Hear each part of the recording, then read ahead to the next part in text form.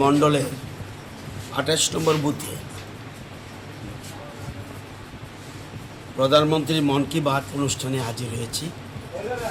এখানে বুথ সভাপতি সহ বুথের বিভিন্ন কার্যকর্তারা রয়েছেন, সিনিয়র লিডাররা রয়েছেন।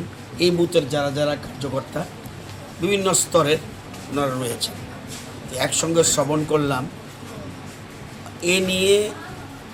আজকে নিয়ে প্রধানমন্ত্রী ১৩৪টা এপিসোডে ওনার মন কি বাত রেখেছেন।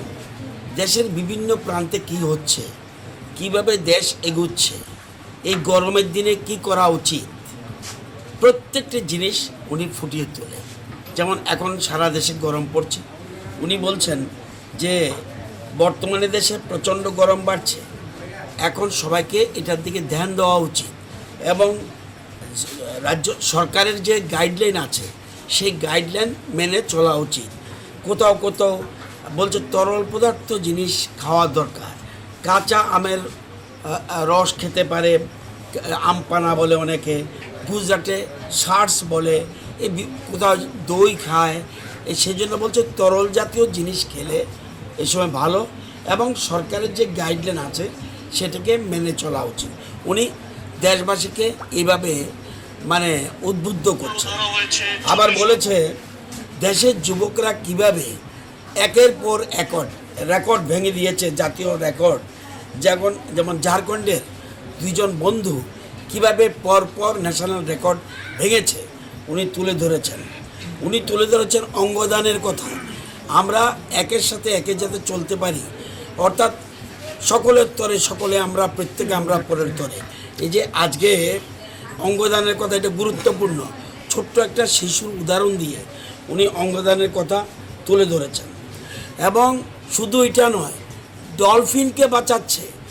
এবং বাঁচানো শুধু ডলফিনকে নয়, সেখানে গঙ্গার জল ভালো রাখা এবং জলবায়ু যেন সঠিক থাকে, প্রতিটি জীবজন্তু যেন বাঁচে, সেগুলি উনি তুলে ধরেছেন। উনি বলছেন অভিযোগ নয়, আপনারা করুন শুরুয়াত। যেমন ধরুন একটা নদীতে এদিকে যদি কোনো নদী থাকে, নদীর জলকে অনেক সময় নোংরা হয়ে যাচ্ছে, আমরা বলি সরকার করছে না কেন? বলছেন নিজে অভিযোগ তুলবেন না, আপনি নিজে শুরুয়াত করুন। বলছে কিভাবে ছেলেরা কিভাবে নদীকে পরিষ্কার করছে, স্বচ্ছতা জলকে পরিচ্ছন্ন করার জন্য নিজেরা কীভাবে উদ্যোগ নিয়েছেন, এসব কথা উনি বলেছেন। এবং এগুলি সব কিছু, এবং সেবা করতে হলে সাধন প্রয়োজন, এই কতগুলি কথা উনি বলেছেন। আজকে যারা এখানে বিরাট সংখ্যক দেখলেন তো, বেশিরভাগ নারী বাহিনী।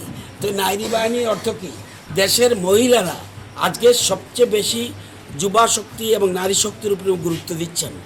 এবং যত কিছু মনে রাখবেন, যতক্ষণ পর্যন্ত না ওনার কাছে প্রধানমন্ত্রী মনে করে আমার কাছে 4টা জাতি, একটা হলো নারী মহিলা, 2 নম্বর হলো যুবক, 3 নম্বর হলো কৃষক এবং 4 নম্বর হলো গরিব। এই 4টা জাতকে যদি আমি ডেভেলপ করতে পারি, তাহলে আজকে সারা বিশ্বকে আমি বলতে পারবো এক ভারত শ্রেষ্ঠ ভারত, এটাকে নিয়ে এগুচ্ছে। এবং ওনার ডাকে সাড়া দিয়ে প্রচুর সংখ্যক 28 নম্বর বুথের বহু মহিলারা এখানে উপস্থিত হয়েছে, অন্যান্য কার্যকর্তারা এসছেন। আপনারা জানেন একের পর এক প্রধানমন্ত্রীর মন কি বাত শুনে একের পর এক রাজ্য আমরা ক্রমশ ভারতীয় জনতা পার্টির দখলে যাচ্ছে। এটার একটাই পজিটিভ দৃষ্টিভঙ্গি, কোনো নেগেটিভ নয়। কারেন্ট চলে গিয়েছে, টেকনিক্যাল কারেন্ট যেতে পারে, এটা নিয়ে উত্তেজিত হওয়ার কিছু নেই। কিছুক্ষণ পর আবার কারেন্ট আসবে, কিন্তু এটাকে নিয়ে উত্তেজিত হওয়ার সব ক্ষেত্রেই উনি সংযমের কথা বলেছেন। এই কথাগুলির জন্য আজকে 134তম। আবার দেখবেন ত্রিপুরা কিভাবে এগুচ্ছে, এটা অন্য একটা এপিসোডে বলেছে। তো আমাদের এখানে প্রতিটা এপিসোডে উনি সারা দেশের কথা তুলে ধরছে এবং এর ফলে দেশের মানুষ উচ্ছ্বসিত হচ্ছে।